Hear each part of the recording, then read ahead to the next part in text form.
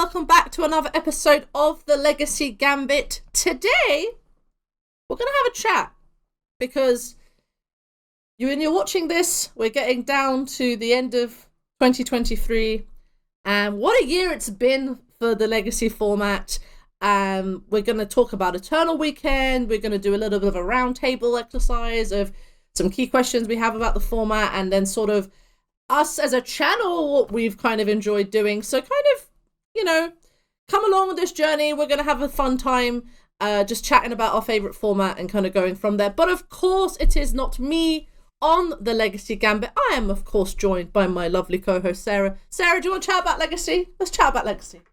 I do like chat about Legacy. Let's not chat about Legacy. We've got some, good things to talk about. We have so many things to talk about. So yes, folks, we are going to do a year in review. And I think let's kind of start as we mean to go. I've got a little bit of a presentation for you guys so you can kind of watch along. Let's talk about some cool things. So firstly, the cool thing is we started the channel. That's the biggest hype of the year. So yeah, Legacy Gambit is now coming up to sort of 6 months. We started in June. And that's obviously the highlight of the year for me. In terms of starting the channel. Sarah said yes when I asked very nicely, and I have absolutely loved the journey that we've been on together. And honestly, if I had to put there's a few other things we've done also, but for me, that's my legacy highlight of 2023 is just us going, yeah, let's make content. I love how that's not the next point, which that's true. That's for me personally. That's me personally, but together as a unit. Sarah, I'm so happy that the Legacy Gambit has been growing steadily. We've made some really cool content. We've done some really cool stuff. But of course, as well, yes, I won some stuff. That's amazing. I won a small event, and then I won a national event. So the Axion Now Mega Legacy in February, and then the London Legacy in September, and then I had a couple of top 4 and top 8 finishes across the year as well. I also attended a bunch of events. Sarah also came to the Axion event in October, which was really fun. I love traveling for Magic. I know there was unsurprising Magic Twitter, being Magic Twitter that it is. There was a conversation around sort of EV, which is innocuous at the best of times. And I was just honestly, for me, I travel for events because I enjoy them and I get to see the gathering, which is for me really important. This is the wrong game for EV calculations. Exactly. Why? To be honest, we're not, folks. Not going to dive. We're not going to kind of go down the EV rabbit hole. But for certainly for me and Sarah, I just love. I think Eternal Magic doesn't get it as much as more modern formats. Because all Eternal Magic players want is just someone else to play Eternal Magic with them. That is true for Legacy and for Vintage. Obviously, European Legacy Masters 2023 went off with an absolute stitch. Had a great attendance. We had, I think, 112 in the end. And then was won by a guy called František Juda, who had only been playing Legacy about 15 months. Saw the first ELM that we did and was I really want to throw myself into Legacy. And then won it the following year, which is really, really cool. And I was just yes, it's amazing. We have some amazing plans for 2024. A qualification season is well underway now. And then, the thing we're going to discuss shortly, Eternal Weekend! Oh, I'm so happy Eternal Weekend happened. I'm happy for all 3 of the events to happen, Sarah. I cannot believe the size of the North American Eternal Weekend, to be honest. It was a 995. They didn't hit the 1K mark for Legacy. But they had a 1K registered and then 995 joined up. So, and same with Vintage. Vintage was sort of, I think 145 for the Europe, and I think maybe close to 400 for North America, but which is wild. Which is still wild. There's so much power to go around. There's so many bizarre Bagdads and power that people can borrow. So shout out people who let us borrow cards from you. We appreciate your sacrifice during these times. So yeah, that was absolutely amazing. The coverage was incredible. So I was at Eternal Weekend Prague, which was organised by JK Entertainment, who are based out in Germany, and then Anurag Das for doing coverage for both North America and Europe. What an absolute house. And then, North America was run by Card Titan. Shout out to Card Titan for really pulling all the stops out. And then Asia was run by Big Magic, who sort of, the way they did their coverage was they basically just recorded it all and then put it up on YouTube. So it wasn't live, but you got to see the matches as they kind of came out on a bit of a delay. And I think all of them slightly worked differently. But I think having the delay on coverage was just so much better. Cut out a bunch of sideboarding. You cut out a bunch of just dead air that happens when you play Tournament Magic. And I think, honestly, long may it continue. And I hope that WotC, when they look at all the results, and they look at all the attendance, please keep giving us Eternal Weekend. That's all we really want. If you just give us one big event a year, we'll go. We'll all turn up. Luckily, that isn't the world we have to live in. Yeah. Like, we're always going to have 4 seasons. We're always going to have, like, Legacy Masters events. Yeah, but if we need one big event... Eternal Weekend, like, the coverage was exceptional. I didn't manage to catch most of it live, but just catching up after the fact, getting to watch just some really high-level Magic. Oh, there was some good Magic being played. Very I definitely had moments, because I was watching North America live, and I definitely had moments of like, oh my god, I can't believe they did that, and like high level plays. And also shout out to Jujubin from Europe, who won it, who's on European Eternal Weekend champion, and then TK Strachan, who is our North American champion. TK has been doing the rounds on some of the podcasts and is genuinely it's infectious how energetic they are, and I am just so excited to hopefully meet them one day and we can just explode with all the energy and all the love that happened. Oh no, if you both try and match each other's energy, that's going to keep climbing. It's going to be incredible. It's going to be incredible. So, Eternal Weekend. Let's look at some stats. So, Sarah went through, also shout out to Joe Dyer and Peter Van der Ham for doing some stats. So Joe Dyer is part of the Legacy Data Collection team, and they are the people who are responsible for getting all the data for all the online events and sort of doing some aggregates. And they did a big aggregate sheet for all the Eternal Weekends, which Sarah went through with a fine-tooth comb. And we have some top, level stats. I think the one that really stuck out to me is there's 24 different decks. That had over 50% win rate. So just like a quick thing on how I got this. Yeah. Essentially, the Legacy Data Collection Project are all just the best people in the world who do this for us. So I was going off kind of like their aggregate sheet for Eternal Weekends.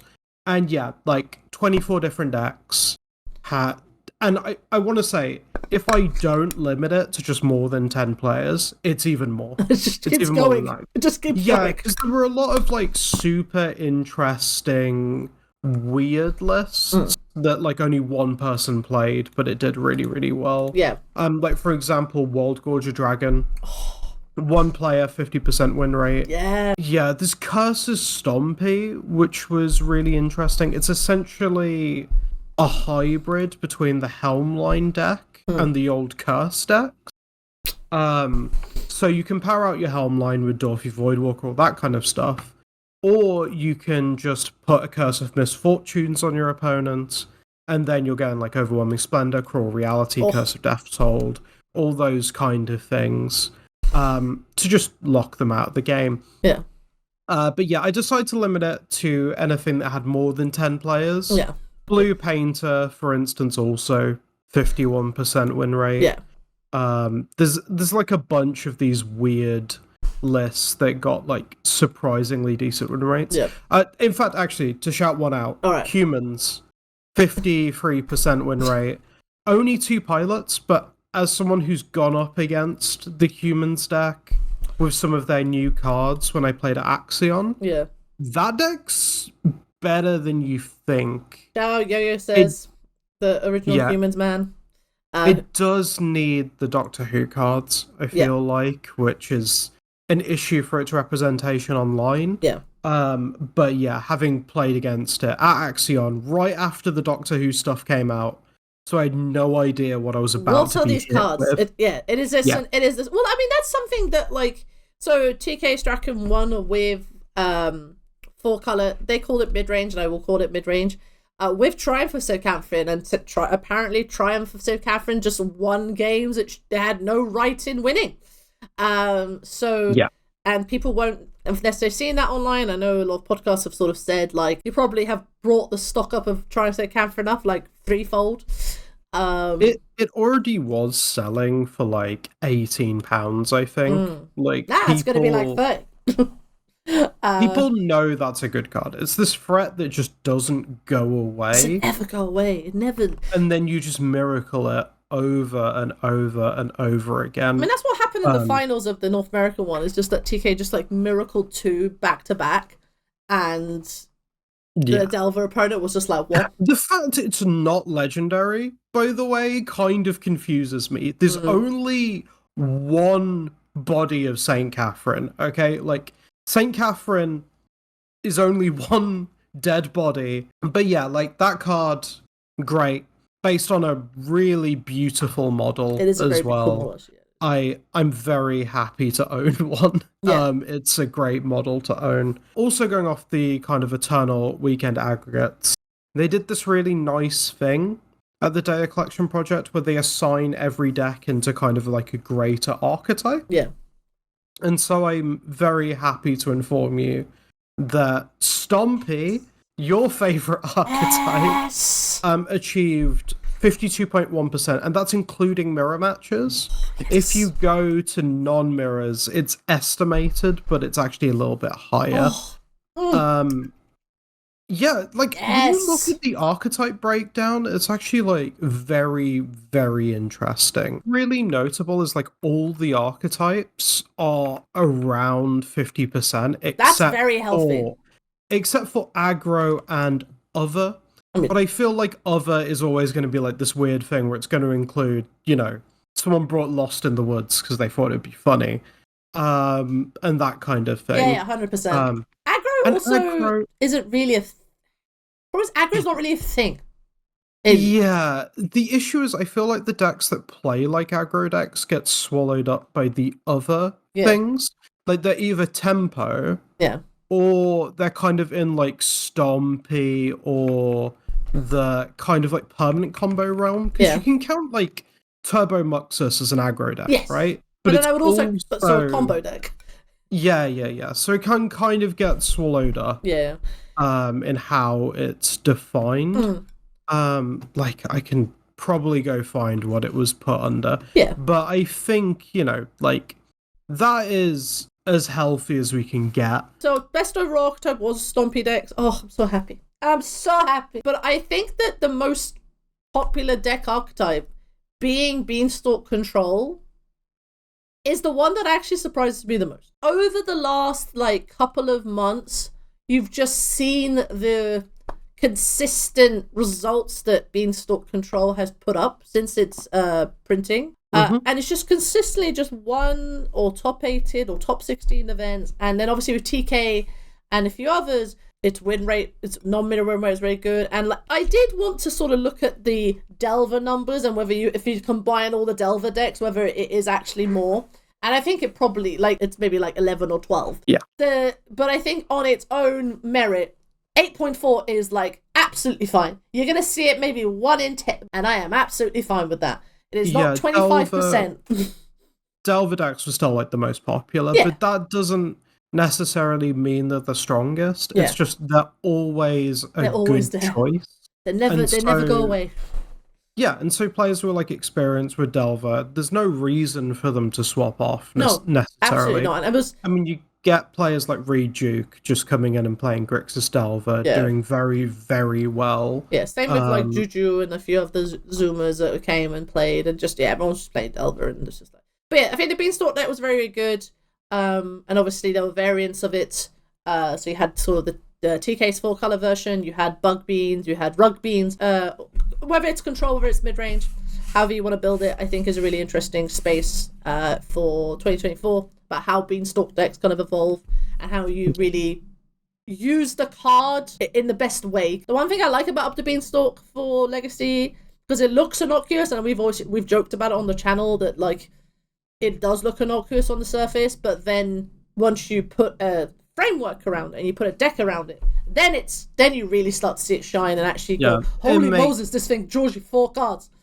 Yeah, it makes me want to only play Orcish Bowmaster decks most of the time. Exactly, which is a nice counterbalance to the beans. Or just subsume them together and play the Pokemon Pile. So, highest non-mirror win rate is Painter. It's so strange. Painter just wasn't anywhere. Yeah. Nobody was playing it. And then all of a sudden, you come to Eternal Weekends, there's a bunch of Painter players everywhere. And yeah, so like, kind of what happened was that Painter won like some showcases and stuff like that. And then everyone and their mother was like shoving like null rods into their sideboards and was really just trying to beat Painter. Yeah. And so, like, everyone who isn't, like, a dedicated Painter nerd kind of stopped playing Painter a bit. Yeah. Even some of the dedicated Painter nerds, like, went and started playing some other things. But recently, we've kind of had this innovation where people have started playing red-white Painter a lot more. And not in, like, the traditional strawberry shortcake. Yeah, like Enlightened Tutor for, like, your pieces and stuff. Yeah, actually just not playing that kind of thing. Playing Swords to Plowshares for Phaeolingus in their deck. Yeah. And also, you have to remember, in paper, we get access to Chaos Defiler. Chaos Defiler. We love Chaos Defiler. Yeah, that card is unreasonable. I've beaten matchups where I was probably unfavored by just the fact that my opponent didn't kill my Walder on turn 1. I played a Goblin Engineer and then brought a Chaos Defiler into play. Yeah, you're just doing this. You just go round, folks. You just go round and round. It's very, very silly. And Phaeolingus is like incredible at your mid-range game plan. It really hurts the control decks so much. You're just playing this version where you're drawing more cards than they are because you're looping Phyrexian Dragon Engine. You've got Monarch. You're just doing so much. Yeah. And they constantly have to hold up resources so you can't combo them, but you're just mid-ranging them out of the game anyway. Exactly. Yeah, like, I'm not surprised Painter did this well. I really wish I'd kept playing a bit more Painter. Obviously, you know, shout out to Julian Canab and like the Painter Discord, folks. If you'd like Painter, go join the Painter Discord. They are super duper nice. I want to discuss one spicy card. All right, what's that? Was go on. So Kenton Najzen, I'm probably pronouncing that wrong. Great player, went 8-3 at North American Legacy Champs with Painter. Yeah. Including a sideboard card called Delayed Blast Fireball. So Delayed Blast Fireball is 1 red for an instant. It deals 2 damage to each opponent and each creature they control. If it was cast from exile, it deals 5 damage to each opponent and each creature they control instead. And you can foretell it for 4 red. So it's kind of like this weird, like, pyroclasm effect with, like, do you want to lightning axe your opponent in the face in the late game? Very, very spicy, very interesting. I love that it just murders almost everything. Yeah, like, do you just want a hard board wipe and also dome your opponent for 5? I love that. It feels interesting, very strong. Yeah. Painter, it's always gonna be good, I think. There's just metagames that are a bit more hostile to it, but even then, I think like the Painter nerds are still gonna be able to beat you. They will, like, again, I definitely noticed it in Prague. You had Julian Canab and Ganesh at Eternal Weekend, and then a bunch of the other Painter nerds. And those are the 2 I know. There were plenty others. But yeah, like, shout out to the Painter community. The deck's really good. I think it top 8'd Eternal Weekend North America, I think. Actually, it would have been this player if that. So yeah, and then we can sort of go from there. So next category, new archetype. My baby did so well. My baby did very well. Like, Boris Initiative, shout out to Initiative community for figuring out the deck and having what I can only describe as an insane non-mirror win rate. Let's take the mirror out. The mirror doesn't exist. We've all made a pact that the mirror doesn't exist. We just accept that the mirror is a shit show, and we're all gonna have a lovely time. And one of us is gonna win, and the other one is gonna lose badly. But yeah, I'm so happy for this. Honestly, this is my I do want to note that the biggest shock is also a new archetype, but because it's so new and had a relatively low player count, I can name at least 2. I can if they were there, these are I know 2 of the 11 who were there. Yeah. It's definitely one of those decks that if it sticks around and keeps up these kind of results, it's gonna be like, okay, this is one of the best decks in the format. Yeah. But yeah. Boris Initiative though, everyone knew that was a real quantity. Everyone was prepared for it. They were. Everyone fully aware of how the deck works, how they can try and beat it, and it's still in a lot of players' hands rakes forward a ridiculous non-mirror win rate. It's insane. Me personally, I didn't do that great in Prague, but I have kept an eye. So, folks, for people who don't know, I set up the MTG Initiative Discord server because I felt like I wanted a place for the strong lady nerds have somewhere to talk about the deck, both in Legacy and in Vintage, because they both get played. Shout out Peter Labodka, who top-8'd Eternal Weekend Prague with it. We also had a couple in Asia who top 16. I think we had 1 or 2. Yeah, I think we had 2 who also top 16'd Eternal Weekend America with it.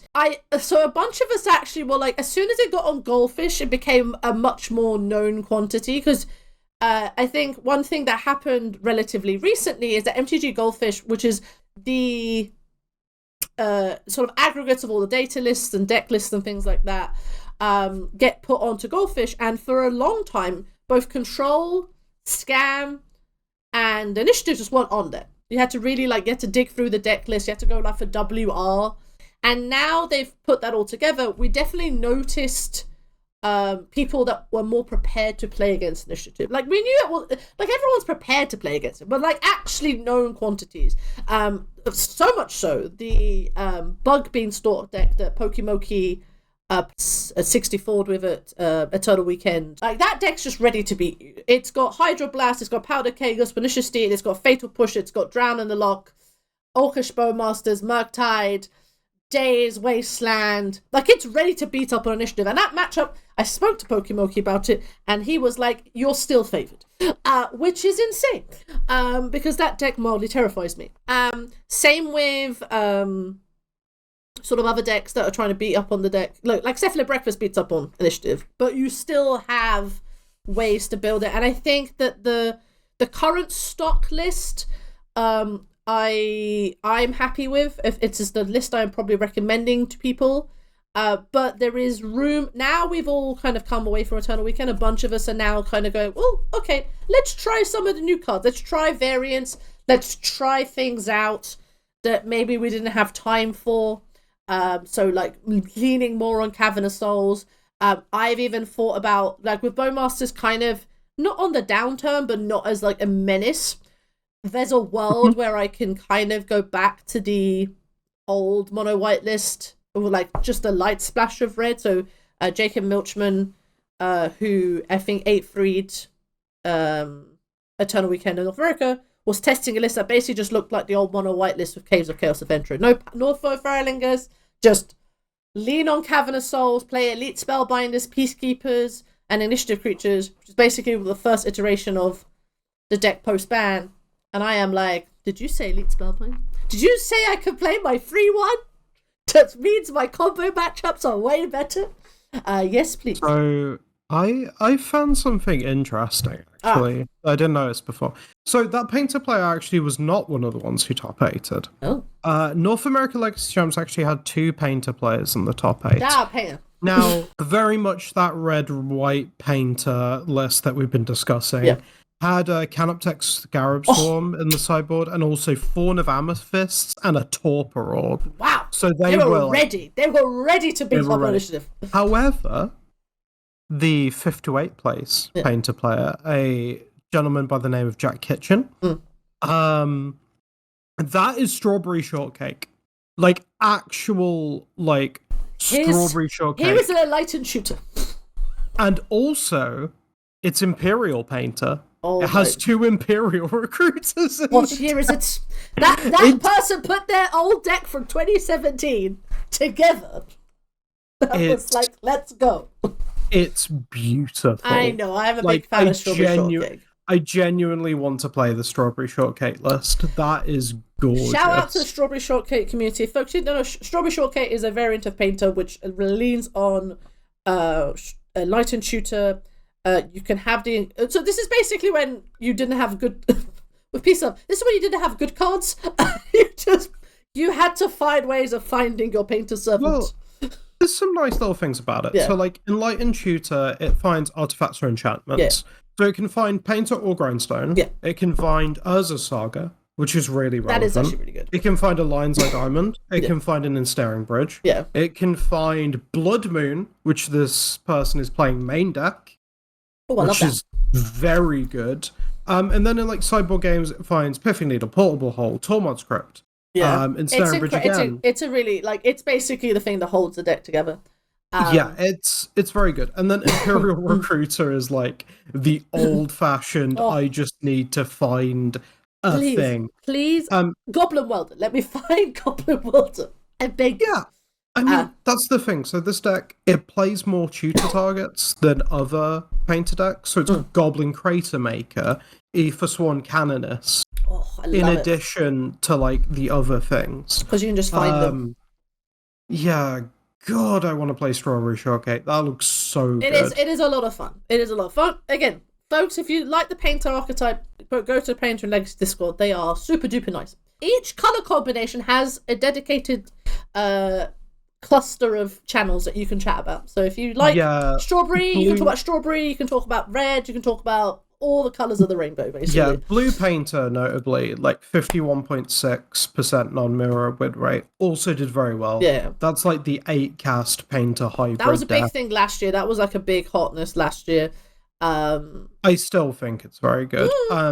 Last Axion event, I was playing, I think it was round 4, and I was sitting next to a Blue Painter player. Yeah. And I was so hype. It's good. It's a really fun deck. I've when I was playing Initiative, it was one of those decks you were kind of always scared of because it could beat you. But then if you knew what the game was about, which was Urza Saga, you could kind of navigate your way around it. So we'll get to the biggest shock. So Paradoxical Alchemy. So folks, if you've not seen this deck, this is basic. So again, I want to shout out Tony Scapone because this is a Tony Scapone especial. This is very much we're just doing PO things. Paradoxical Outcome. Pick up your artifacts, put them back down, draw a bunch of cards, pick them up, put them back down, draw a bunch of cards. Yeah, it's a Tony Scapone special. It is very much a Tony Scapone. It's very good. It's kind of like the evolution of the what's it called? The Mystic Forge there.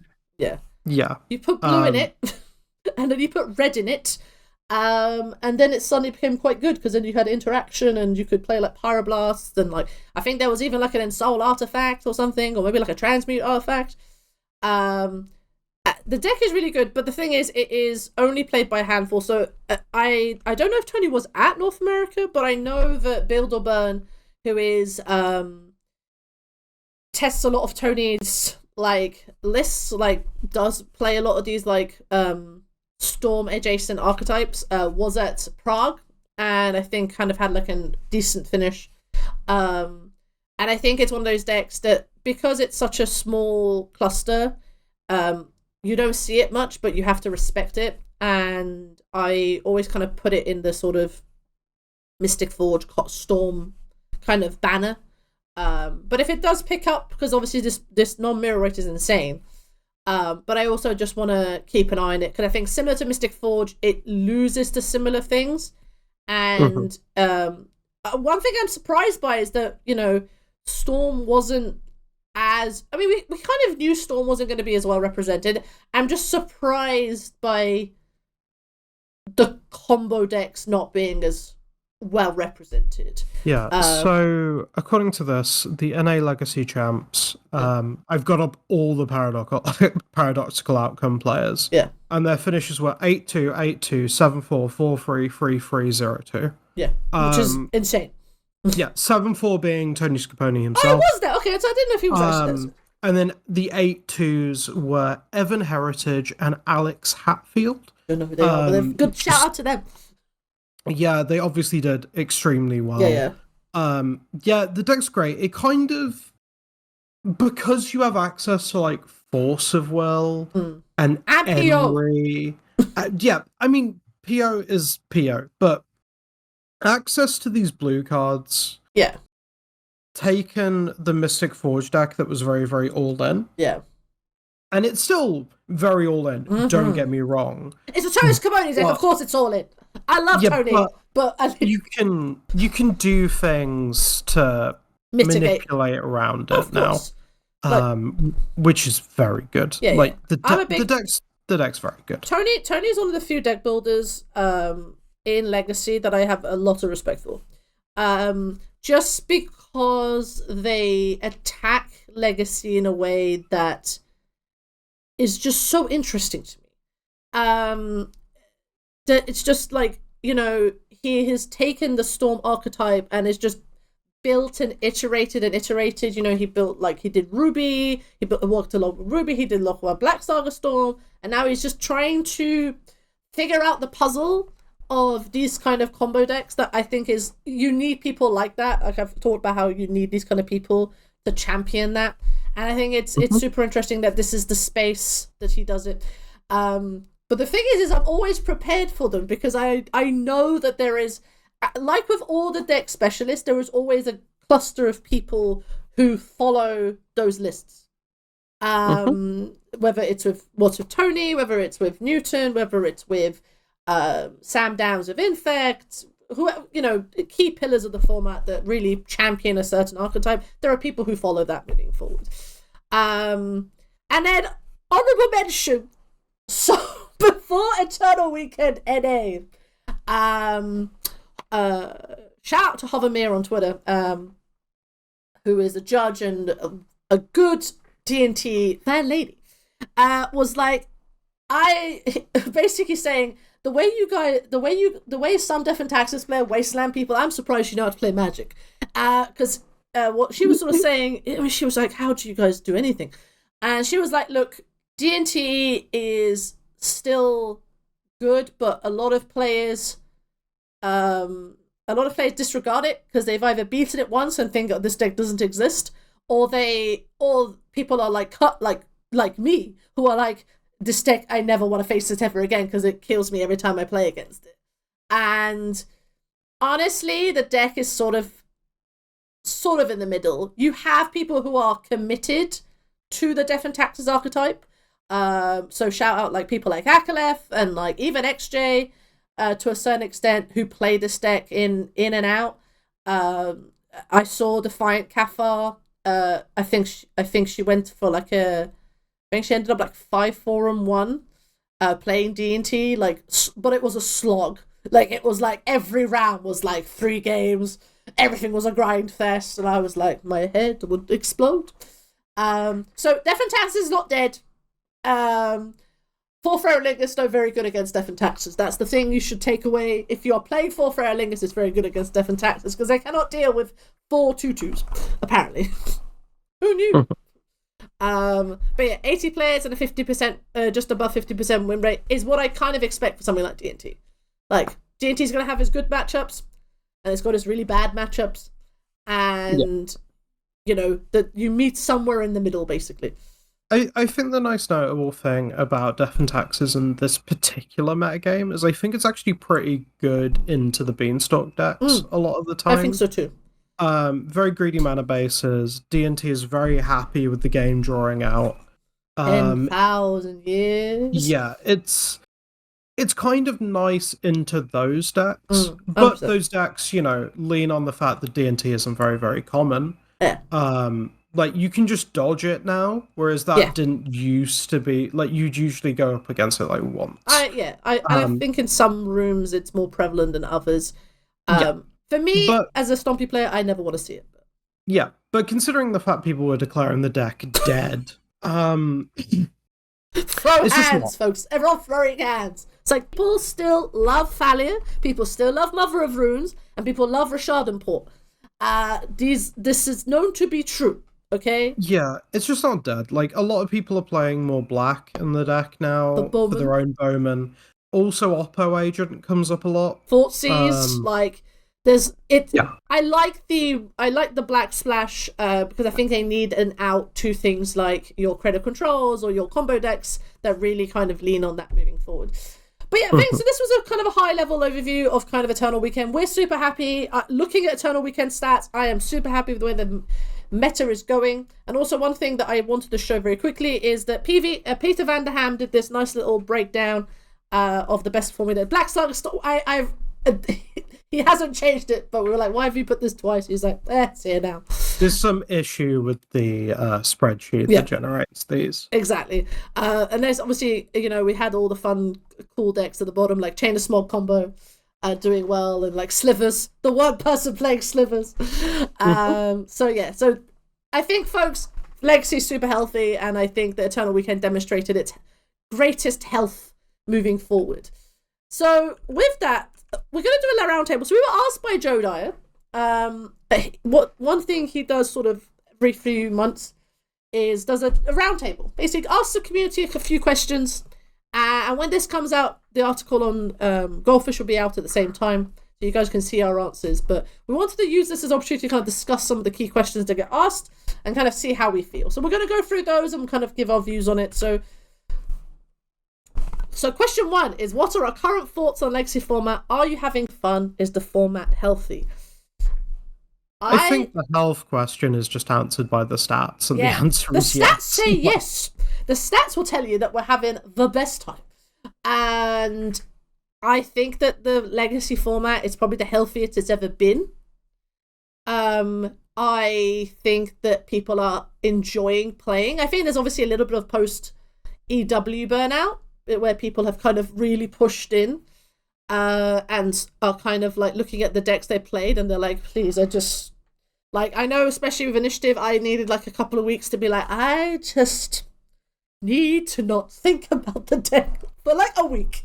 Just a week. I just need to not think about it. But I think that so if we look at this on like as a kind of 2023 in review, there was a very big concern at the start of the year about Initiative and Delver being so rampant, and then they got banned, and then there was this good golden period where people kind of were people were a little bit frustrated because no deck was the best, and there was this kind of period, but everyone was kind of like innovating, and then Mind's Desire got on ban, and that was really good, and then Lord of the Rings came, and we'll talk about Lord of the Rings in a bit, but holy Jesus, it kind of turned Legacy on its head for the better, and everybody was just like throwing new archetypes in, and people just iterated, and then there was this period around the summer where people were going like, oh my god, Orcish Bowmasters is going to kill our format, and then we were like, no, everybody calm down, like, it's not going to kill our format, it will just get subsumed like DRC, like everything else that's been printed. Then we got Beanstalk, and then we were like, and so I honestly think, shout out to the community for subsuming all the powerful cards. Like, honestly, I was so worried for about like around summer, where I was genuinely concerned that Lord of the Rings kind of broke Legacy for like half a minute, and then I was like, no, I think the format will just figure it out. The community will figure it out. They always do. And if it was really broken, we'd have banned it, but we didn't, because everything's fine. Yeah, it's very, very good. The only card that I think people would want to watch is Beanstalk, but even that I don't think is like ridiculous. It's just strong enough that it's like created new archetypes. And I But think that's fine. That doesn't necessarily mean it's too strong. yeah, And yeah, it's fine. it's fine. The deck's fine. The deck's fine. The other thing as well is the reason why I think my thoughts on the format, I think it's fun and it's healthy. Black is an actual colour you can play in Magic that isn't just Dark Ritual. That, if you had said to me at the start of the year, Sahar, you can play black in Delver, mid-range, and control that wasn't just Dark Bant, I would tell you to go, Oh, that wasn't Death Shadow. Okay. If it wasn't Death Shadow Dark Bant, I'd have been like, you maybe have like, Witherbloom Command, maybe you got like Abrupt Decay, like these cards are really good, but there's not really a deck for them. Like, no one's playing Bug Control right now. But now it's a thing. Now you don't have to be worried about registering Bayou and Underground Sea and Savannah and not Savannah, Scrubland, and feel bad about it. Because there's the black color pie is very viable in Legacy in all the ways that it should be, and it plays the strength of the color that it has been subsumed. And I think that the play patterns of Legacy have adapted. I think I definitely had it when I was playing a weekly where I play the Brainstorm into my opponent's Orcish Bowmasters and then I died, and I was like, welcome to Legacy, and that's fine because that makes the blue mages think for half a second. So, also on the health point, we've mostly been talking about Eternal Weekend because it is like the most competitive tournament that we get. But notably, also the most recent Saturday Challenge. Yeah. Maybe not most recent by the time this comes out, but one of the recent ones around Weekend. 8 different decks in the top 8. And it was won by Buried Alive Arclight Phoenix. Yes! Pytroni 10. Oh, love that. Put together, like, it has Demi-Lich in it, which is beautiful. Historic all-star Demi-Lich. Yeah, they've included a One Ring in the sideboard, which is super interesting. Yeah, to look at. For the grindy matchups. Yeah, like, it's just beautiful. Like, 4 Dragon Rage Channeler, 2 Brazen Borrower, 4 Phoenix, 1 Demi-Lich. Yeah. Then, like, tons of spells, including Gut Shot. Yes. Because sometimes you just need a free spell. Some Lotus Petals, 15 lands, and you're just going. Just go. Yeah. I love that those kind of decks can see the light. Same with things like Turbo Moxus has had a bit of a resurgence, and I know some people go like, and I'm like, no, everyone just calm down. This deck is actually a thing and you can just enjoy it. And I think that I just think the format's really fun. Format's healthy. It's probably the healthiest it's been in a very long time, and long may that continue. Please and thank you. The one last thing I'm going to say is there's another deck that's upcoming in the same way that Paradoxical Outcome is. Which is? It's Fort Lash Combo, or Magic Fingers, as I call it. That deck is... Look, shout out to Nosman. Nosman has been playing that deck for like a couple of years. There again, similar to the PO deck, there is a few people who play that deck and play it to a decent level. But it's never... I don't think it's ever kind of broken through as like... To quote Dolly Parton, at least I believe it's Dolly Parton, it takes years of work to be an overnight success. It's true. That deck has been like being iterated on in the background for years. Yeah. And I just want to note it. Like it's really good. It double top 8'd both challenges. Yeah. And it won the second one. Yeah. Like that's a pretty good weekend for a deck. Yeah. It's also one of those decks that in a room that's not prepared for it, because you can build the combo's so like tightly compacted that you can just build anything around it that can tackle the meta. And so good deck builders and people who like blue cards and want to play combo and just ignore a bunch of the format can do that very well and very easily. Right, next question. What changes would you make to the format and why?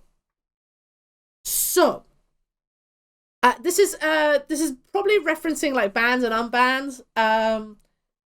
Honestly, I don't think there's any change. Wow.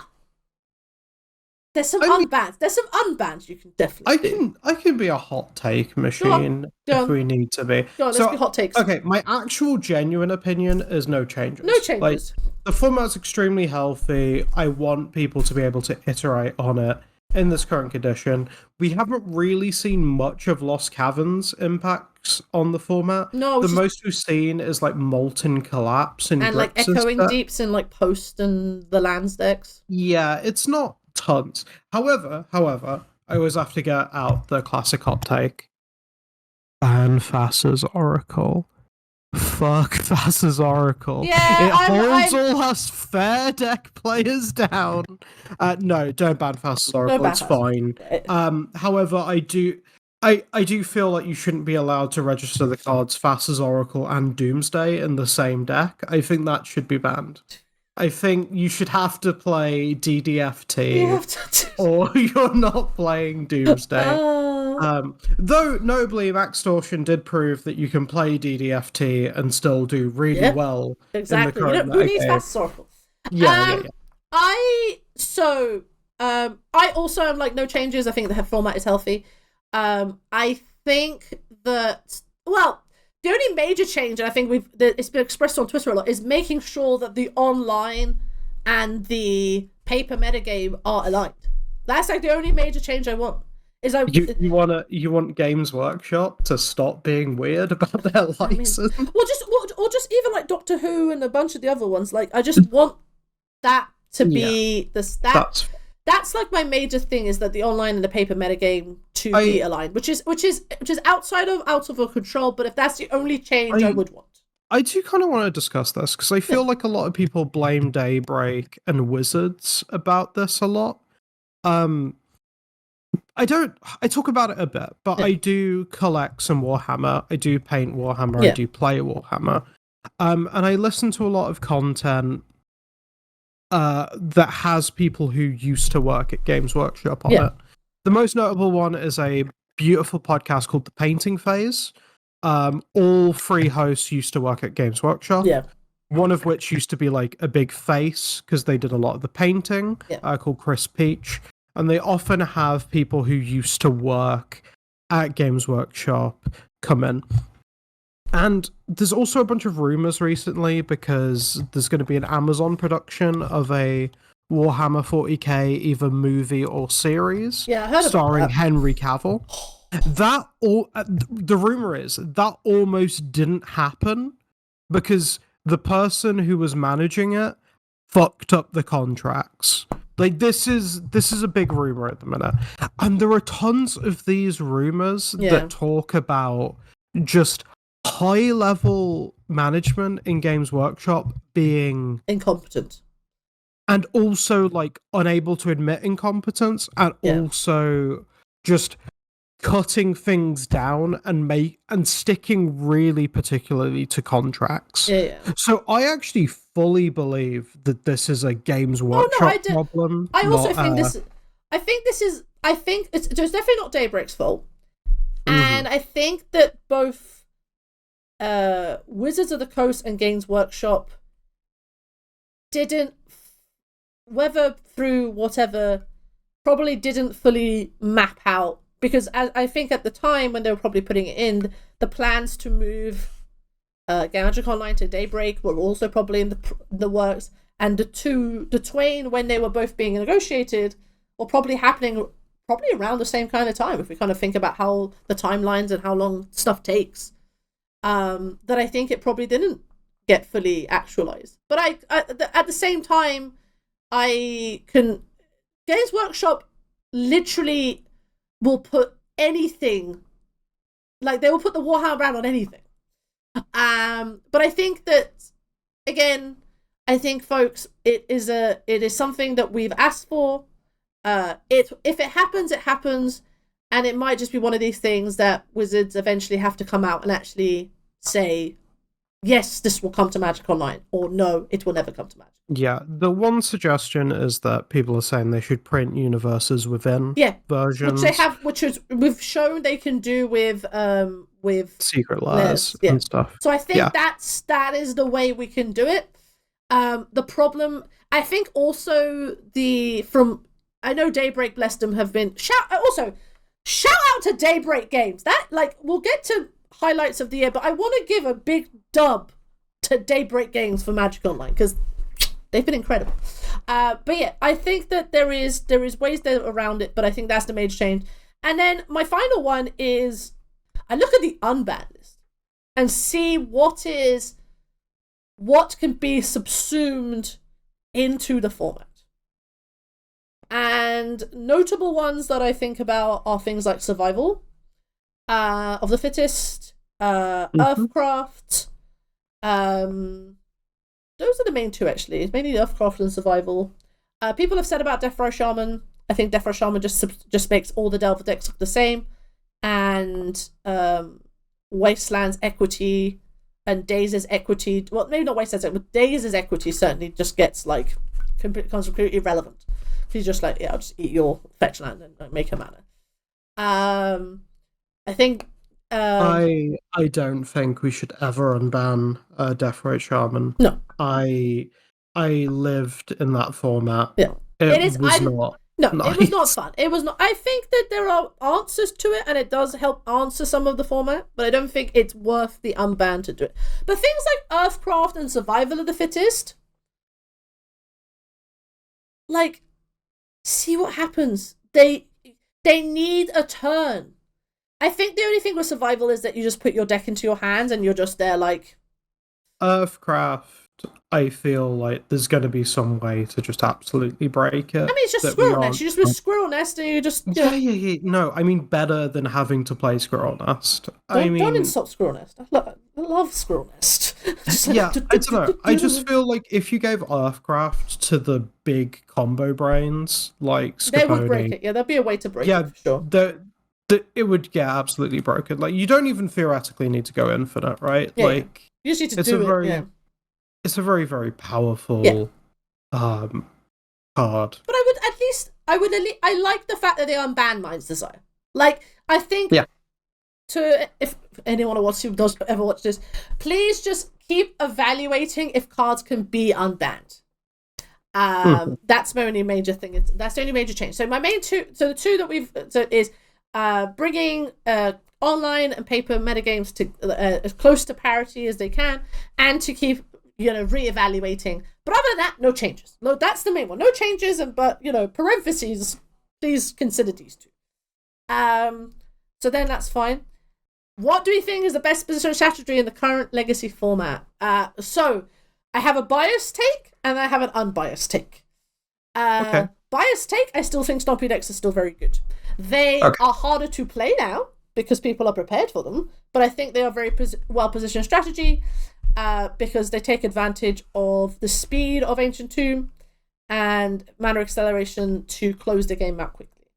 Yeah. And then you've got the correct take, which is it's Painter's Servant. I mean...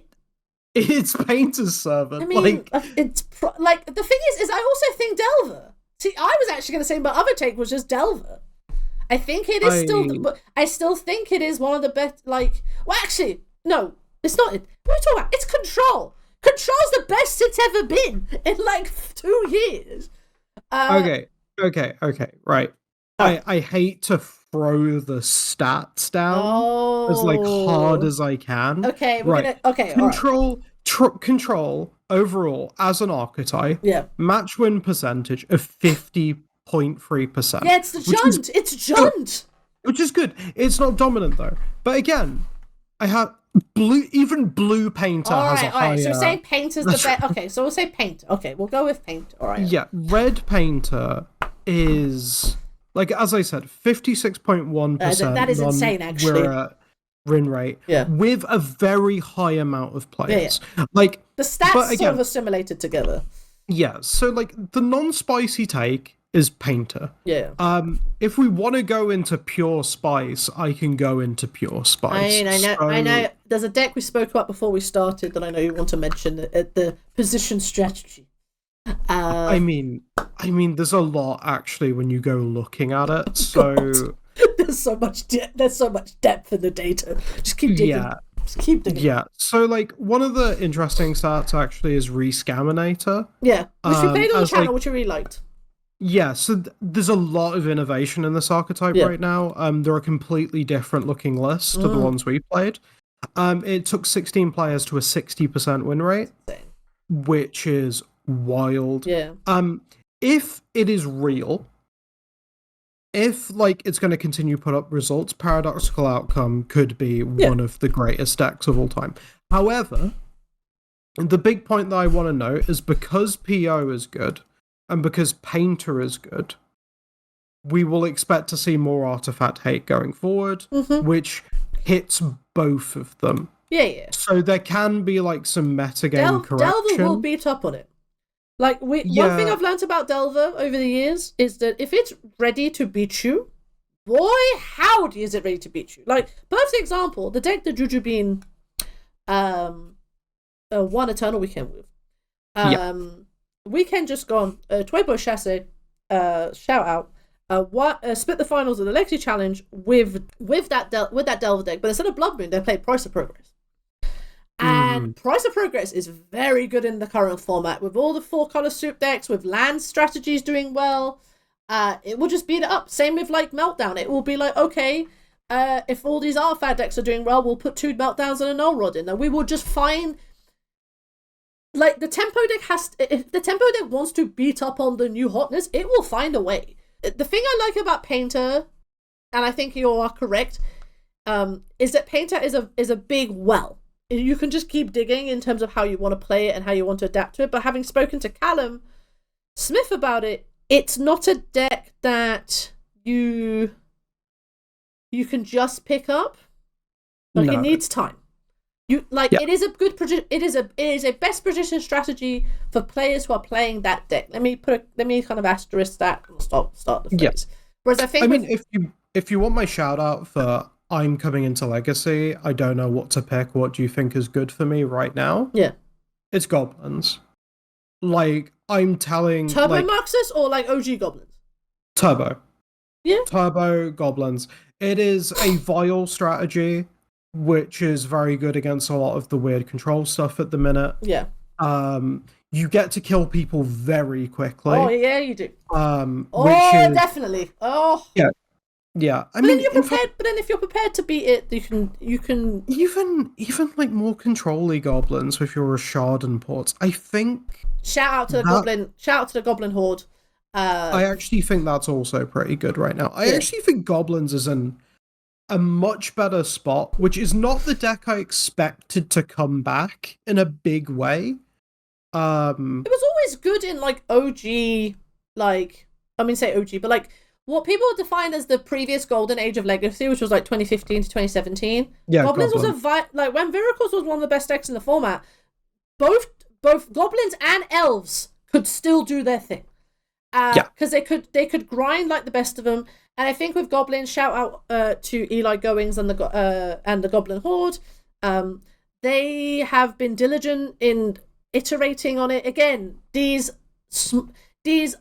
communities of decks have been working diligently. They don't go away just because they're not like putting up results all the time. That doesn't mean they're not doing well.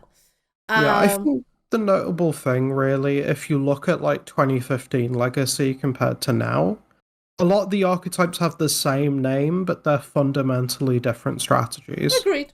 So Death and Taxes has moved into a control deck when it kind of really wasn't back in the day.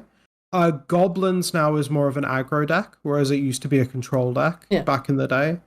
A lot of these decks, I mean, Elves. Elves is a completely different deck. Yeah, it's a different animal. Like, a lot of these decks keep the same name because they've iterated on and iterated on and iterated on. But as Magic card design has fundamentally changed, they've become a different archetype. Yeah. Whereas, Delver is always just Delver. Yeah. Delver's doing the Delver thing. That's more a philosophy. I feel like Delver's more a philosophy and a sort of... I jokingly say a contract. Like, this is what you sign up for when you play the Delver archetype. Same with Stompy. It's the same. Same with Stompy, whether that's mono red or initiative. There's a contract that there is a certain play style and heuristic, even if we go that far, that you sign up for when you play these decks.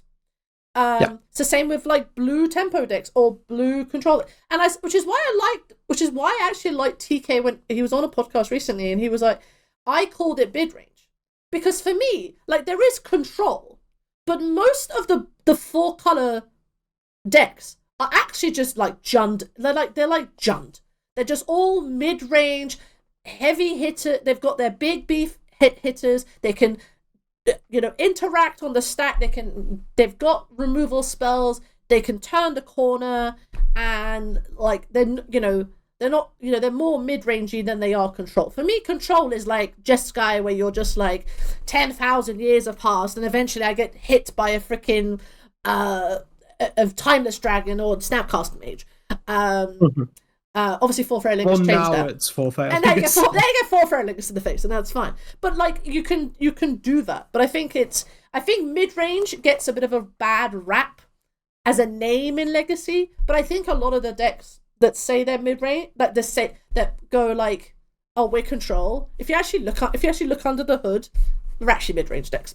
And I will say that with like the Beanstalk decks. I think the Beanstalk decks definitely are more mid-range control. Like, if it's on a spectrum, they're more like in the they wavered. They are in the mid-range camp, but they look at control. What, like the meme where you're like looking at, there's the guy that looks at the girl, but they're hugging his girlfriend. It's like that. It's like the 4-color decks want to be a control deck, but actually when they look at themselves, they go, "Oh, we're just the mid-range deck." I think the point is, like, your deck can't just be mid-range now. God, no. Like, you're always leaning into something else. Like, Painter is a mid-range deck, but it's also a combo deck. That's one of the best example of it, actually. Painter's the quintessential example of it can do it's 4 things at once. But also it's not. Yeah. The Beans mid-range deck is like, it's mid-range because it's usually playing a control game plan, but then it can also just kill you in like 2 turns. Also, Cephalid Breakfast is a good example of like a combo control deck. Like, you can build it as like an AB combo deck and just kill you on turn 2, but you can also build it as like, you have Teferi or you have Stoneforge Mystic and you just have this thing, and you just like, same with Doomsday. You can build Doomsday like a bit more, it's a bit, you can go a bit longer, you don't just all in on like, 8 Dark Ritual Doomsday and like. There actually exists a Doomsday control deck. You're talking about Mark Tobiash's 4-color One Ring Teferi, the one that he played at Eternal Weekend? That one's close. That is very close. You could actually go more controlling than that if you wanted. Doomsday is very flexible. For it's very flexible. Yeah, though right now I kind of like the turbo list a bit more. No, I do too. Shout out to Wonder Pro, shout out to Monkeys Can't Cry. We love shout out to Maxtortion. You're all helping me torture myself by trying to learn how to play that deck. Exactly. But the Mark Tobiash 4-color list with One Rings and Teferis, I know that he's been working on it diligently, and he played it. I swear, when I've sideboarded in the One Ring, if that card resolves, I've won the game. Yeah, exactly. That's literally how this works. It's just like, this card's incredible, and I think that's actually a card. It's as a strategy, I feel like the One Ring kind of had its time in the sun. And then people were like, well, it's kind of good, but it's also not good. And I think One Ring is one of those cards where, I think outside like Mystic Forge, where you can really do buster things with it, I'm just kind of glad it's been assimilated. But I think in terms of best position strategy, I think we'll probably say Painter, and then our sort of, my biased take is just keep playing Stompy decks, because they're great. Actually, even step back even more, best position strategy, play an Ancient Tomb deck. There we go. Play an Ancient Tomb deck. Whatever Ancient Tomb flavor you want, play an Ancient Tomb deck. There we go. The resurgence of Mono Red Stompy, that surprised me more than anything. Broadside Bombardiers. I can't believe Bombardiers was just what it needed. It just needed like a slightly faster clock, and that was it. I love it. That said, I've been beating up on it a lot. Yes, because I think it's generally very good very pilots, good mono red pilots. Oh my goodness, it's incredible. But yeah, I think best position strategy of us discussing this, Ancient Tomb decks. Whatever flavor Ancient Tomb deck you want to play an Ancient Tomb deck. They're incredible. Right, let's get into wrapping up 2023. Now, this section, folks, is more about just us kind of talking about us as the channel, kind of how we feel, and sort of, kind of wrapping everything up. So, this comes as no surprise to anyone who has been following the Legacy format for like 2 minutes. Will go that the best set and the best card of the year for Legacy is Lord of the Rings Tales of Middle-earth, and I think it is Oakish Bowmasters. I also think For Ferrolingus has a space here, but I think it is Oakish Bowmasters. This card's absolutely incredible. The thing about Bowman is just like how fundamentally healthy I think it is. Like compared to other like strongest card contenders. Yeah. Like the card isn't broken, but the card is very good. The card's so again, what is it about 2 mana innocuous threats? It is genuinely, I think, one of the best designed cards that we've seen. And I've just got a shout out play design. Wizards of the Coast. All the numbers on this card are exactly correct. Exactly. It's like they brewed it up in a lab. Yeah. To make the perfect card for both modern and legacy. It's and vintage. And vintage, it gets paid in vintage. Yeah. It's good in all those formats. It's not broken in all those formats. No. Fight me. But I'll shout out vintage for half a second. Like Blueback Lurus was everywhere, and then people were like, hang on a minute. Where's white? I need Swords to Plowshares. Yeah. I need a way to deal with Urza Saga that isn't Feed the Swarm. It's so good. It is really good. It is. The card's amazing. The set itself, if you think about everything it's given us, all the land cyclers, Poor Phalangus, Sauron's Ransom, Delighted Halfling, the One Ring. Which, by the way, I wouldn't have necessarily said it was my favourite set about a month ago. But the fact that... Because I felt like it pushed Blood Moon strategies out quite heavily. Yes. But now that they have an extra threat, it's back again. Yeah. And so my complaint about land cyclers invalidating Blood Moon is like no longer really a complaint. Broadside just goes, sure. I'll just fling this Evoked Fury at you for 7. It makes Blood Moon...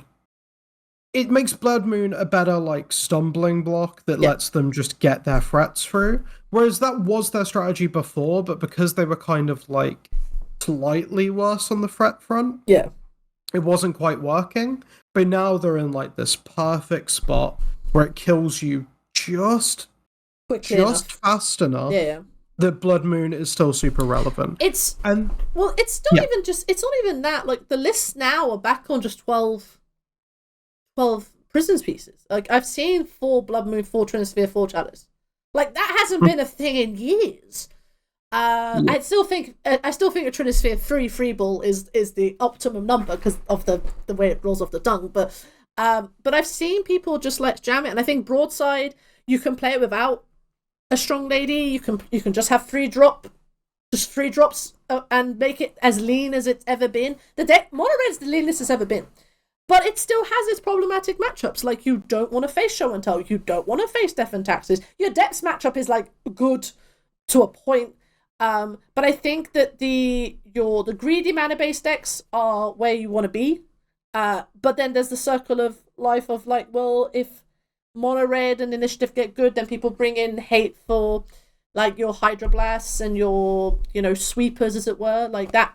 And that's what I like about it, is that, you get a new card, and I think Lord of the Rings kind of demonstrated that. It's like everyone's like, oh my god, boom, oh my god, one. It was like, oh my god, it's just like, and then slowly people just found cards like Sauron's Ransom. People were like, I remember us playing a deck on the channel with like Esper Tempt, kind of early on when we started doing the Legacy Gambit, and we were like, Sauron's Ransom's busted, and then now it's been subsumed. Same with Samwise. a bunch of Death and Taxes cards had been put in, which was Battle of Bywater, which is the big rat. It's like the wrath for big creatures. The Lighted Halfling is in all the either in Control. It's been played in Zenith, like 5-color Zenith decks. Like the list keeps going. Like people tested like Sail into the West. People, like for like instant speed, like Draw 7. It's a set which is just honestly has made Legacy so much better, and I am so happy that it's obviously for me my favorite set of the year, not by a country mile. And I think that you'd be hard pressed for a set to have this much of a positive impact. I'm going to say positive impact because I think that the initiative, to some the initiative mechanic is they think it was not good for the format, whatever. But I think that this set has just given us so much flexibility, and I think there's still cards even in Lord of the Rings that people are still like brewing with, and that to me is insane. That people are still finding cards, and you're like, oh, I didn't know it was in the set. That's very nice. And I think Bowman, thank you for making black a relevant color in Magic the Gathering and the Legacy format. And it's great. Look at him. Look at them. They are so great.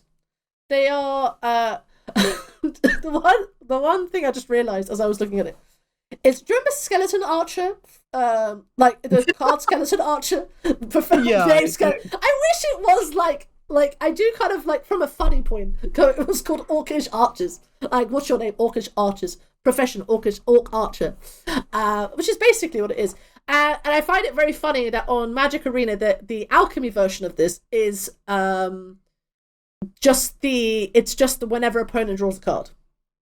Oh, I don't like that. Exactly. And something, folks, you might have heard us talk about is, same with beans, is whenever X enters the battlefield, draw a card. Like, those cards are very good. You play them in limited and they're great. But then as soon as you put an and, the card gets busted. Something about and in recent card design means your card is absolutely busted. PC Orcish Bowmasters, see beans, and tell me I'm not wrong. But yeah, shout out to Orcish Bowmasters. Both cards great. Keep playing them. I only have one. I should buy the other 3 at some point. Right. Now, this is more about this section. These last couple of slides that we're going to talk about is actually decks we've played on the channel. So we've been as you know, folks, have been on our A to Z journey. We're very close to finishing the letter D, and then we'll get to E. We've talked about Doomsday. Doomsday is a deck that we're going to get to because it needs work. But I thought I'd just do a couple of things of like what deck impressed us the most. And me and Sarah talked about this, and I think it's not even close, Sarah. We make more money than gods. I cannot, folks. Go watch us play Cloudpost. Go watch us play Cloudpost. I haven't laughed as much. I haven't got excited as much as playing this deck. This deck is having its freaking golden age at the moment. I need to point something out as well. I love this deck so much. So not only did it win 4 seasons. Shout out to Matt Brown. We stand Matt Brown in this house. Also, 16th for the 12th, Legacy Challenge, winner, Selesnya Cloudpost. And it's not even really Selesnya. It just has a Gadok Teague in it. It's basically Cloudpost. It's mono green Cloudpost. Yeah. The deck is so much fun. And yeah, you just get to play a bunch of busted cards. It's insane. The only problem with the deck is that Wasteland makes you incredibly upset. Yeah. But Price of Progress also makes you incredibly upset. But I mean, if you forget it exists, you can kind of win the game. You just leave your Glacial Chasm in your deck, and then you tutor it out as they resolve Price of Progress. As I go to pop you just go like. I mean, I played it. I played against it at the weekly and got killed by Emrakul Caracas, and that's the thing you want to do. And I think that unlike other land strategies, such as like depths, or even when we get to lands eventually, Cloudpost kind of gives you a better I win button. Like, you can still do Merit Lage. Like, Merit Lage strategy is still in Cloudpost. But because you have, like, Prime Time and, like, Ulamog and Emrakul to a certain extent, you never feel like you're having to, like, grind your way out. Like, you can play a 6/6 with Trample and kill your opponent by attacking for 6. Yeah, you also go get, like, One Ring a lot of the time. One Ring actually is... So, outside of, like, Elvish Spirit Guard, which I think is a really nice innovation for this deck, One Ring has put this... is glued this deck together. Because before, I think it just struggled to find cards. Like, it's interesting you note the Elvish Spirit Guide, because that's actually a card that's disappearing. It's kind of, it's doing the thing of, like, it's going, people go, maybe not now, and then it'll come back, and then it'll do its thing. So, Futurism noted that people are kind of cutting it. I think it's one of these cards that you could put in if you wanted an out against, like, Delver and things like that, but I think also you don't need it. It's a card that... But I think definitely One Ring... Because before, the only way it really drew cards, or found its cards, was Once Upon a Time. And then just Reclaimer and things like that. Whereas One Ring now just gives you this, like, okay, I will find my cards. One Ring will help me find my cards. And I will get to do the thing I need to do. But yeah, shout out Elvish Reclaimer. Elvish Reclaimer, this card is so good. This card is... And we'll get to the next deck in a minute, but Elvish Reclaimer, very good strategy. Yeah, I mean, I love Reclaimer. I played Green-White Depths strategies for a while. Yeah. That deck abuses that card beautifully. As does Cloudpost. This deck abuses that card beautifully. It's an amazing deck. I've even seen, like, mono green lands. Yeah. So, like, they're playing the land strategy, but they're mono green, and they all play Elvish Reclaimer. Yeah. I've seen green-white lands sometimes play Elvish Reclaimer. It's just a really good card. It's one of these cards that, again, it got subsumed into the format. People have found homes for it, and people will keep playing it until it is viable. But folks, Cloudpost is the most fun you'll ever have.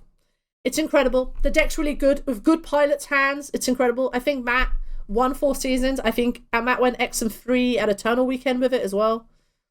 I've been spoken to him. He said it's the most fun he's ever had playing a land strategy. And this was the person who played lands and, like, really did well with it for the longest time. And he's like, I just love this. This is great. But yeah, it's great. I love Cloudpost. It's hard. Definitely hard. But you have so much fun playing it. Right, so I think Cloudpost, we've agreed, good deck. We've played it a couple of times on the channel. Go find us playing it. It's very good fun. Even when we've lost with it, we've had a good time. Yeah, if you want to see the most disgusting top decks of all time... Oh, watch us play Cloudpost. Just go watch us play Cloudpost. Right, what deck would we like to revisit? So we had a chat about this, and there's a couple, but I think the one that we both agreed, again, maybe not surprising, is another green deck. So Cradle Control, again, we had a lot of fun playing it, but it is very difficult. And shout out to Caslin, who top-8'd Eternal Weekend America with it. There's a video that Caslin and Hello Newton did about it was a Q&A with Cass about their top 8 and, like, the way they think about it. And it's a deck that has a strong following, and it's something you were saying, Sarah, about the iteration of deck names and you know, the way that elves is basically now morphed into this, and this idea that Guy's Cradle is the best card in your deck and you should be utilizing. This also plays Elvish Reclaimer itself, but you have Fiend Artisan to find your cards. You can basically have this sort of... It is very quintessentially mid-range, but it's also the few decks where Caslin was sort of mentioning, and I think Hello Newton also kind of vouches. This deck has like 7 plans. It's 7 linear plans it can do, and at any point can pivot to said plan to deal with this issue at hand. And that, to me, is such an interesting space to explore and revisit, and to really think about where you fit in the wider sort of legacy format, with a deck that effectively is just a toolbox for any answer that you want. And I think it is. I'm so glad it's in the format, but it is a deck that you need. Similar with Painter, we talked about it earlier. This is a deck that you need time and commitment and an understanding of how, of like Magic's fundamentals. So you understanding of like who's the beatdown, understanding sideboarding, understanding your role in a matchup. I feel like this is a deck that rewards having that understanding and revisiting that. And once you get that understanding, I think this deck's one of the best decks in the format. This deck is so it's still not underexplored. I think it's got its community around it, but it's not like it's not like Delver, it's not like Control, it's not like Initiative where it's got results day in, day out, like all the time.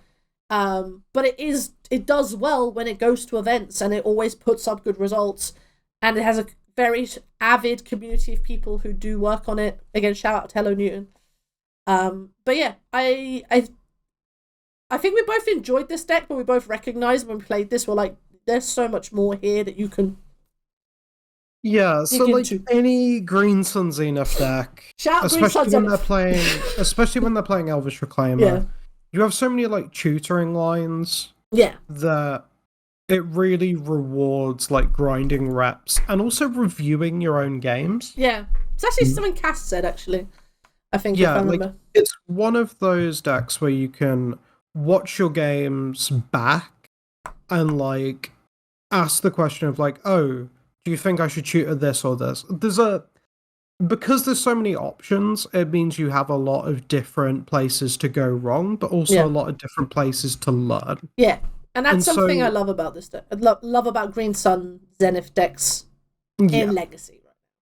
Like the level that you can get to with this list is wild. Mm-hmm. Like watching some of Castlin's games, they've always been an extremely strong Magic player, but my god, there's definitely some level up moments, and that to me is like super good. And listening to them, and listening to Newton talk about it.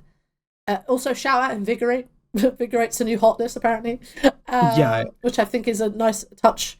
But I think it's so interesting when you listen to them and the way they approach deck building and sideboarding and just the fundamentals of how you play Legacy.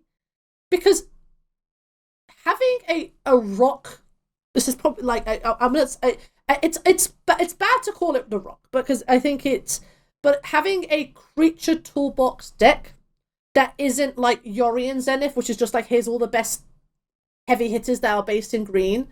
This is like we have silver bullets for things we want silver bullets for, but we also have just threats that we can play that are just as good. Grist is incredible.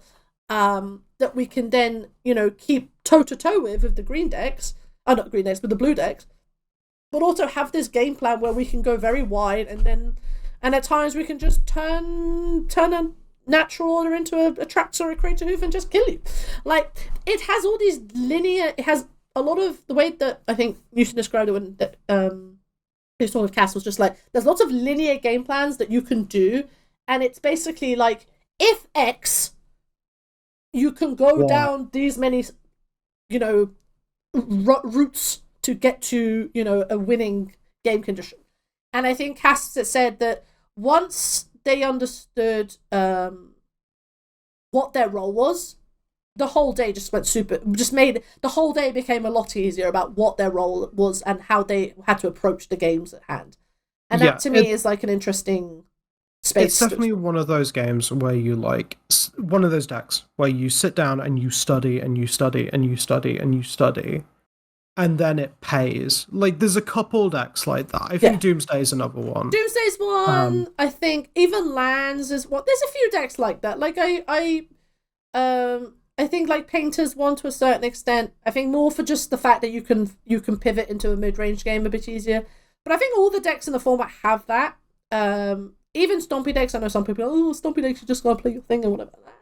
Yeah, you can do that 70% of the time, but the other 30% where you have to think, it's like, okay, alright, I need to actually think about it. But this is definitely one of those decks that I'd like to revisit. It's a deck that kind of resonates with me and Sarah in terms of just like I think green in Legacy has always been one of those colors that is very powerful, but people, because of Gaia's Cradle being as expensive as it is, you never see it as much because Gaia's Cradle is expensive. So Cradle Control or Gaia's Cradle strategies don't get as played as much than like blue decks because Gaia's Cradle is expensive, and this is Taylor's all this time. I sold I had one, I traded it in, I got 1.5 dual lands out of it. Like, this is the extent of how expensive this card is, but it's very powerful, very, very powerful. And when you get to kill people with it, my god, does it feel great. So Cradle Control, shout out to the Cradle Control community, and shout out Hello Newton. Go subscribe to Hello Newton in his Patreon. He is great. And a kind of a bit of a thing. How do you feel 6 months in, Sarah? How do you feel? We've been doing this for 6 months. How do you feel, love? Oh god, I wish I was playing more. Is kind of the thing that fair. I'm feeling right now. Like, I'm very glad with where we've got. However, I feel like I'm not playing enough Legacy. And if I'm going to be like self-critical for a minute, I think that's kind of like hurting like the way I analyze and play, and it hurts the quality. So I think in like the new year, I'm going to be trying to play quite a bit more. Yeah. And try and get out to more paper events next year. Really kind of try and live Legacy a little bit more. Breathe it. Live and breathe the format. Yeah, no, I respect that, and I thank you for being open about that. I think for me, I have enjoyed this journey with you so far. Long may it continue. And I think that getting to play a variety of decks on the channel, and sort of we said quite early on, folks, that results didn't matter, and they don't, and they really don't actually, because for us, we could go 4-1 and we don't learn anything, but then we can at the same time go 1-4 and have learnt a lot. And that is kind of like when you're new or returning to the format, or you're kind of learning a new deck for the first time. That's kind of how it is when you first start, unless the deck is absolutely busted in half and kind of carries you. Because there's a difference between you playing a deck and the deck playing you. And there are certain decks that will just play themselves. And you go, oh my god, this is busted. And we go, yes, it is absolutely busted. Please go see our mono black deck where we trophied without really thinking about it. We're just like, oh, this deck just is incredible. Here's a Leyline, here's a Helm, we're all dead. And we're like, ta-da! And then people discovered Nullrod existed, and we're like, no! Why would you play Nullrod? Why would you play Nullrod? But I think it's super fun. I think, for me, I still want to keep going to loads of events where I can, keep playing a lot of Paper Legacy where I can, because for me, that's where I get my where I get the good feels. But I think both of us will just keep playing Legacy, kind of championing the format and giving you the best possible thing that we can sort of provide. And I think, dear viewer, if you are enjoying this content, keep supporting us, keep, liking all our videos, all that kind of fun stuff, and go from there. Again, we've had a great time. Long may it continue to 2024. Right. Our final question is, what is on our wish list for 2024 for Legacy? And me and Sarah thought about this long and hard. We talked about it. And actually, it's very, very simple. Do not, please, Wizards. Please, Wizards. Please, please, please, please. Please do not break our format. Please don't break it. It's just please. Please, please, please, please, please. Please. Do not break it. It is, we're living in a golden age of Legacy right now. I beg you, don't print a 1-mana cantrip that busts Delver open. Don't print a 2-mana threat that warps the thing. Don't print a mechanic that warps the game. Like, I beg you. And if you do, make it post-bans initiative instead of pre-bans initiative. Exactly. Yeah. Make it cost more than what you think it is. Whatever you think it is, add an extra mana onto it. I'm serious, because I feel like we're in a golden age, I kind of believe that. I genuinely, hand on heart. If someone said to me, "What's the best format right now?" I say Legacy every day of the week. Followed shortly by Vintage. I think Vintage is quite fun right now. That people have figured out that, hey, we should have answers for this Urza's Saga card. I only took him 2.5 years to figure out that they need answers to Urza's Saga, like Nature's Claim and Fragmentize and stuff like that, which I find very funny. All the boomers forgot that maybe we should deal with this land that isn't just wasteland. But I digress. Legacy super healthy, y'all. We're asking really nicely to just keep it as it is. New sets can come, 100%. But, let it be stuff that gets assimilated and new cards get added. But don't break it. Yeah, please don't. Please. We're begging you. We're begging you. We're just really begging you to not break it. Or, if you are going to break it, then ban it. If you're going to print another Underworld Breach, let us play with it for about 2 weeks, and then you can ban it immediately. Like similar with like Geological Appraiser and Pioneer, you can do it for 2 weeks, and then everyone goes, "Oh, maybe that's pretty busted." But not a long-term thing. Expressive Iteration is a good example of that. Like that just became that every Delver deck was the same Delver deck for time immemorial, and you're like, why? Formats as healthy as ever been. Please don't let us not have a 25% metagame where Delver's 25%. And I remember early this year and last year where top 8s were just Delver, and like one control deck. That's all I'm asking for. So it's simple. I think. In the pure blue-red Delver metagame, I remember I used to just register 8 mulch. Yeah. Easiest 5-0 leagues of my life. Exactly, because I couldn't beat it. I did beat 8 mulch too, actually. I have price of progress does go back. But yeah, I think that's it. I think for us it's just keeping it simple. We love Legacy, and it's really fun. And we just really want you to not break it, please. And I think with that, I'm going to take us back to the wide. And I hope you enjoyed this conversation with us. We certainly had a good time. I think it was a nice sort of self-reflective moment on how we feel about the Legacy format as a whole. I think the format is super healthy right now, as we said. And we have a lot of exciting plans for 2024. So we're going to keep doing A to Z. We've got learning Legacy, we'll get to do some stuff as well. And yeah, just we're on this journey now, Sarah, together. It's just me and you against the world, playing the good formats. And I want to obviously thank Sarah for being so patient with me. so patient. It goes both ways. Sarah's for sure. Great. Sarah's great, and we stand Sarah in this house. Anyone says otherwise, I will fight them. But yeah, until next time, folks, I hope you're having an amazing holiday break. We have some videos coming up around this time, which you will have watched, and then in the new year, yes, we're going to be New Year. The big project is to do the Doomsday video. It's coming. We need work, but it's coming. So yeah, we'll do the Doomsday video and get that sorted. You know what? But for the amount that I'm talking shit about Doomsday and how hard it is, I'm definitely going to be a much better Magic player on the other side. Oh, yeah, 100%. Because it hits so hard on like my mental game weaknesses in Magic.